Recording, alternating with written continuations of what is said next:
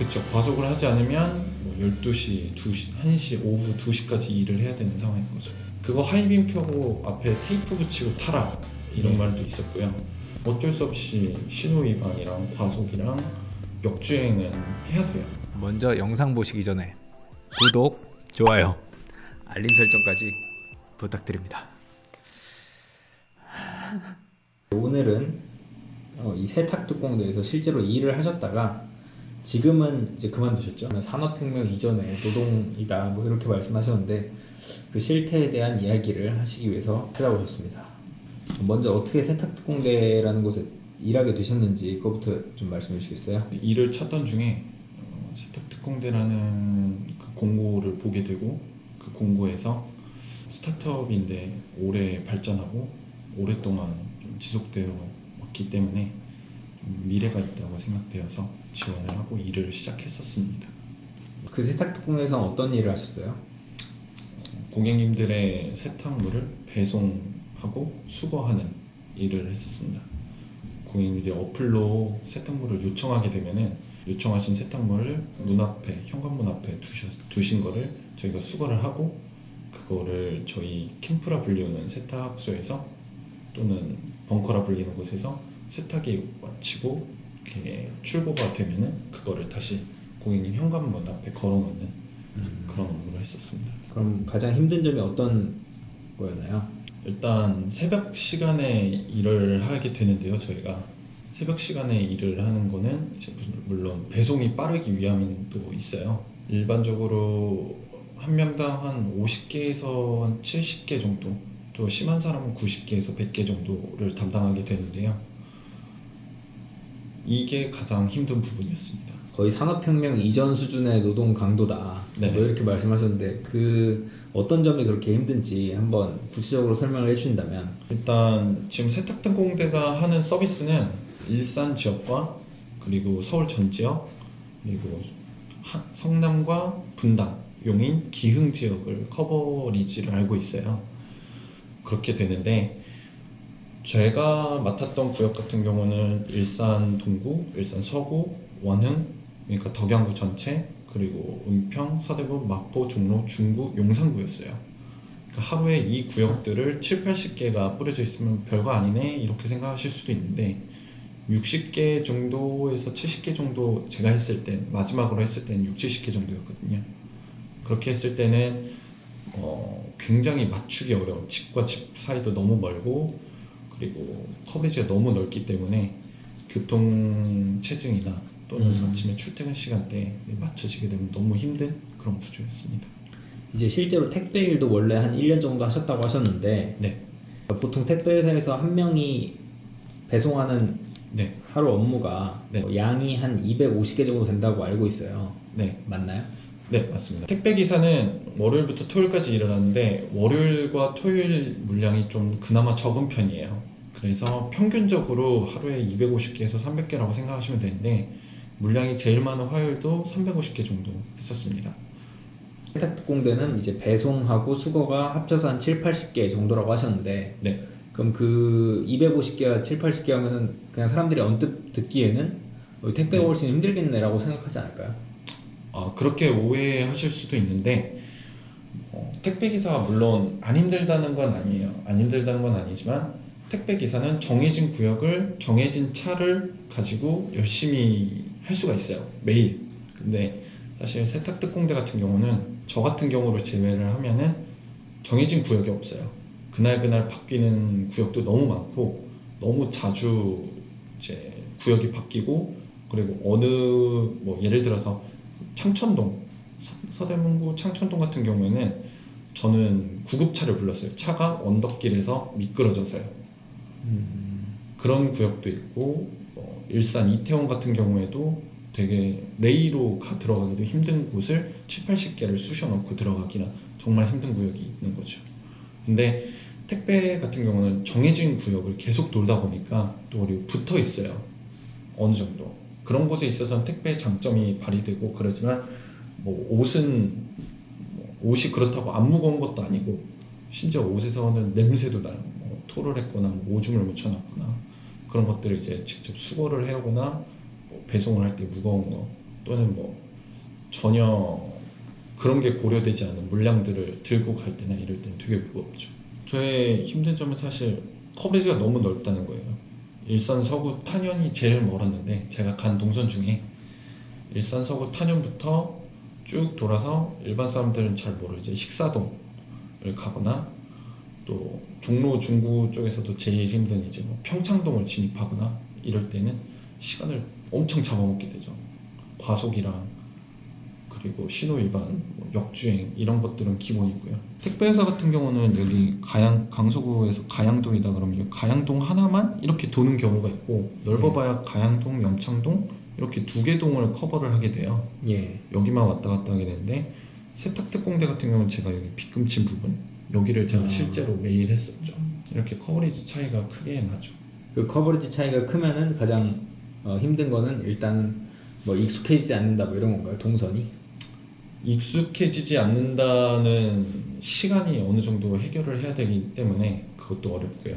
네. 그리고 고객들이 세탁물을 맨날 맡기는 게 아닌 거잖아요. 예. 그러다 보니까 좀 기억을 하기도 어렵고요. 겨울철에 일을 했었던 건데 패딩이나 이불 같은 것들을 맨날 맡기진 않잖아요. 예. 이게 하루 입고 하루 돈 주고 세탁물을 맡기고 이러진 않다 보니까 갔던 집을 또 가는 뭐 택배 특성보다는 좀 방문 빈도수가 덜하게 되죠.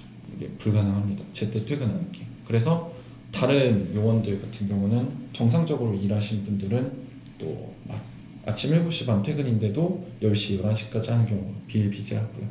퇴근 시간이 이렇게까지 길어지면 사람들 반발은 혹시 없었나요? 다들 조용히 참고 저희끼리만 욕하고 그러다가 3월 19일 날 한번 다 같이 반항을 한 적이 있어요. 거의 그냥 7시 반 정시 퇴근이고 어차피 야근 수당도 나오지 않기 때문에 저희가 7시 반 이후에 남은 수거와 배송 물량을 두고 퇴근을 했죠.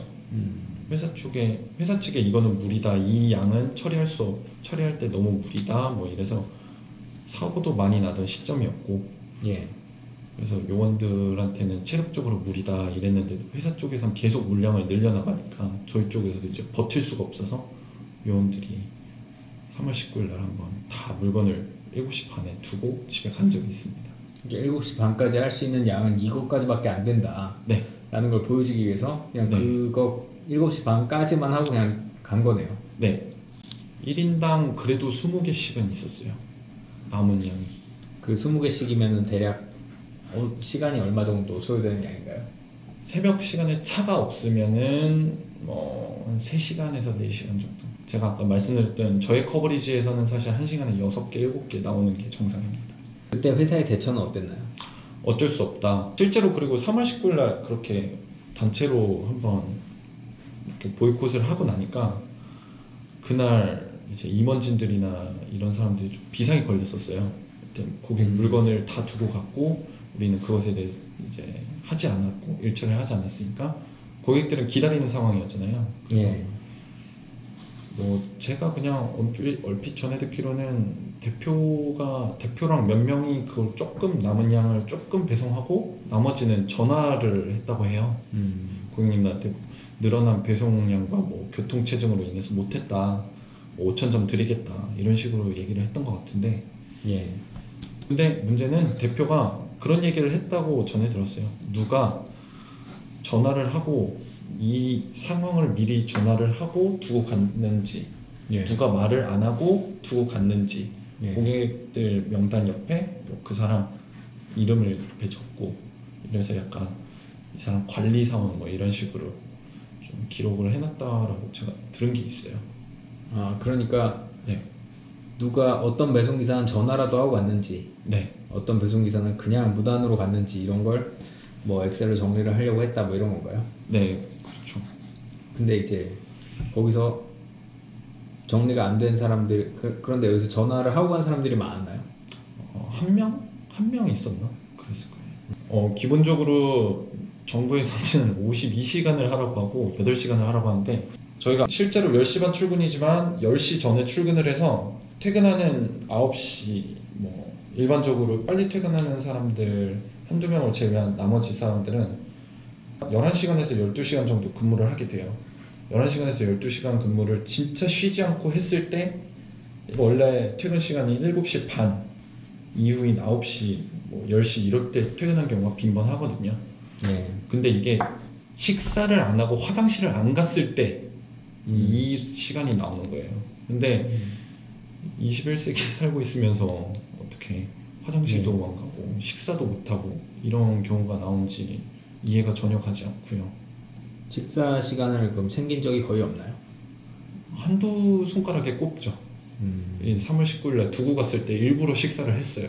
15분 동안. 그때 이후에는 거의 식사를 해본 적이 없으신가요? 네, 그냥 김밥 사서 먹거나 뭐 운전하면서 한 손으로 운전하고 한 손으로 샌드위치 들고 그렇게 했죠. 아까 과속을 할 수밖에 없다 그랬는데 과속 딱지가 나오면 그럼 어떻게 되나요? 그럼 오롯하게 기사의 책임이에요. 100%.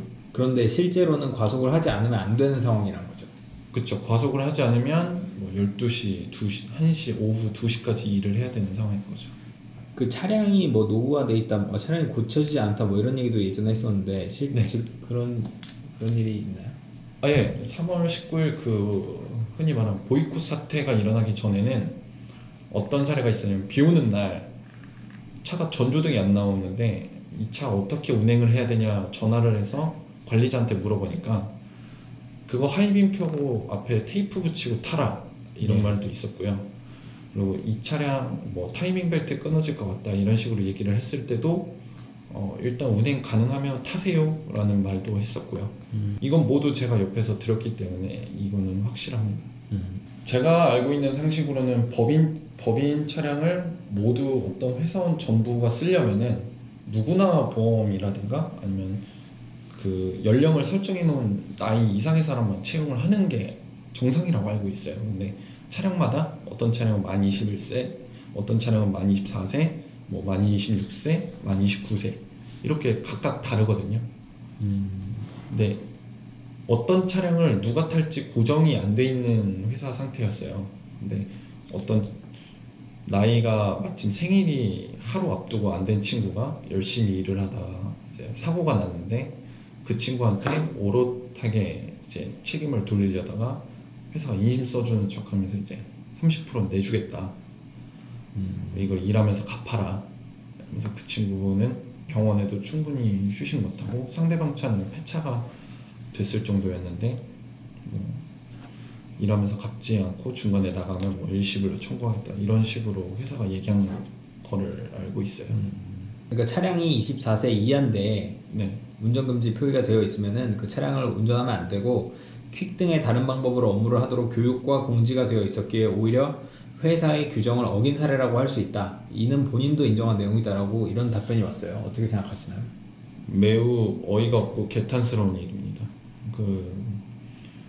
금지 표기라기보다는 만 21세 이상, 뭐 만 몇 세 이상은 그냥 백미러, 룸미러에 그냥 달랑거리면서 달려있는 수준이고요. 없는 차량도 많아요. 그리고 회사에서는 만 21세로 전부 바꿀 것이다 라는 얘기를 수개월 전부터 했고요. 모든 차량을 뭐 심지어 차종을 하나로 통일하겠다 이런 말도 했었고요. 하지만 여태까지도 바뀐 적이 없죠. 그리고 그 직원은 그 차를 모르면서 탄 게 아니고 탈 수밖에 없는 상황이었기 때문에 탔었어요. 뭐 어떤 분이 실수로 A 캠프에다 갖다 놔야 될 거를 B 캠프에 갖다 놨는데 이 B 캠프에 있는 걸 빨리 다시 A로 갖다 놔야 고객들이 물건을 제때 받을 수 있고 일하는 사람들도 뭐 지체하는 시간 없이 일을 할 수 있었기 때문에 그 직원은 전화를 해서 이거 어떻게 해야 되냐라고 했지 뭐 만 24세는 타지 마세요 라고 얘기를 하거나 그런 건 없었어요. 그리고 제일 중요한 거는 교육을 언제 누구한테서 어떻게 했는지 아무도 몰라요. 이거를 오히려 이 친구 말고 다른 친구 사례가 있는데 그 친구는 너무 보수적이어가지고 뭐 이제 한 번쯤 실수 안 하고 타면 되겠지라고 유도리 있게 타면 되는 부분은 오히려 안 탔었어요. 그때 회사에서 책임져 줄 테니까 타라. 나이가 안 되지만 적용 나이가 안 되지만 책임져 줄 테니까 타라 이런 소리를 듣고 이동을 했었는데도 불구하고 사고가 났을 때 오히려 뭐 2차 보험갱신이 안 돼 있었다라는 말을 경찰한테서 듣기도 하고 그랬었어요. 만약 그 사고가 나서 그 돈을 물어주게 된 그 친구의 잘못이라고 한다면 회사를 너무 믿은 거죠. 24세 이하 차 이외에는 차가 아예 없었던 거예요. 뭐 어떤 이유로든 차들은 다 나가 있고 그날 자기가 무슨 차를 타야 될지 아는 사람은 50% 정도면 많은 거예요. 요원들끼리 막 자그마한 다툼도 일어나요. 이 차를 내가 먼저 찜했다 이런 식으로 유치한 것부터 시작해가지고 일반적으로 고객님들이 세탁물을 100건을 맡기면은 저희가 배송을 100건이 나가는 게 아니고 150건 정도 나가요. 이 경우가 어떻게 하면 이렇게 나오냐면 예를 들어 운동화를 맡겼어요 고객님이. 근데 끈이 먼저 세탁이 된 거예요. 예. 그럼 운동화랑 끈이 같이 가면은 배송이 한 건으로 처리가 될 것을 끈 먼저 나가는 거예요. 내가 딸랑 운동화 끈 하나 때문에 어디를 가야 되고 이런 경우가 되게 많았는데 결국은 이제 그만두게 됐는데 그만두게 된 계기는 어떤 거였어요? 양치기 소년 같은 회사 입장 때문이었어요. 바뀐다 하는데도 절대 바뀌지 않고 나아질 거다 이 소리를 제가 12월부터 들었어요. 예. 전혀 나아지지 않고 예. 심지어 근무 조건을 변경을 했어요. 원래 10시 반에서 7시 반 이 근무 시간을 주 6일에서 주 5일로 바꾸면서 출근 시간 10시 네. 반은 동일한데 퇴근 시간이 7시 반에서 9시로 변경이 됐어요. 1시간 반 늘었네요. 네. 예. 근데 이 부분을 듣고 그냥 답이 없다고 딱 느낀 게 일단 7.5시간이 늘어난 거죠. 주 5일로 변경되면서 네. 급여는 깎였는데 7.5시간이면 하루 8시간 근무랑 30분밖에 차이가 안 나잖아요. 네. 그러면은 결국 뭐가 바뀐 건지 모르겠고 어차피 주말에 못 쉬는데 월급이 종전에 받던 월급보다 줄어들게 됐어요. 주에 한 1일만 쉬었을 때 예. 저희가 받던 급여에서 30만 원이 깎인 급여를 받게 된 거죠. 여기서는 이제 슬랙 그런 방을 보면은 영어 이름을 많이 쓰더라고요. 네. 그래도 좀 젊고 열려있는 기업 같이 보이는데 그렇지는 않나 보죠. 젊은 꼰대 집단이라고 보시면 돼요. 보고는 수직 체계인 것 같고요. 말을 해도 바뀌지 않고 우리는 시키는데 왜 안 하냐 이런 강압적인 분위기가 더 많고요. 그럼 세탁특공대가 어떻게 변했으면 좋겠다 뭐 이런 마지막 이제 그만뒀지만 네. 조언을 한다면 그냥 좀 직원들 목소리에 귀를 기울여줬으면 좋겠어요. 고객과의 약속도 중요하긴 한데 고객과의 약속을 내가 할 수 있는 캐파 안에서 진행을 해야지 주문 다 들어온다고 좋다고 다 받아놓고서는 그걸 직원을 갈아버리는 형식으로 돈도 안 주면서 이렇게 갈아버리고 이러고 책임은 다 직원들한테 돌려버리고 이러면 제발 가짜는 꼰대 같은 말들을 하지 말고요. 노동청에서 이 문제를 좀 다뤄줬으면 좋겠어요. 나라에서는 주 52시간을 지키라고 하고 연봉 협상이 아닌 뭐 그냥 월급 재면서 야근 근로 수당 없이 이렇게 야근을 돌리면서 뭐 사고는 오로지 개인 책임으로 돌리고 그런 것들에 대해서 저는 불합리하다고 생각합니다.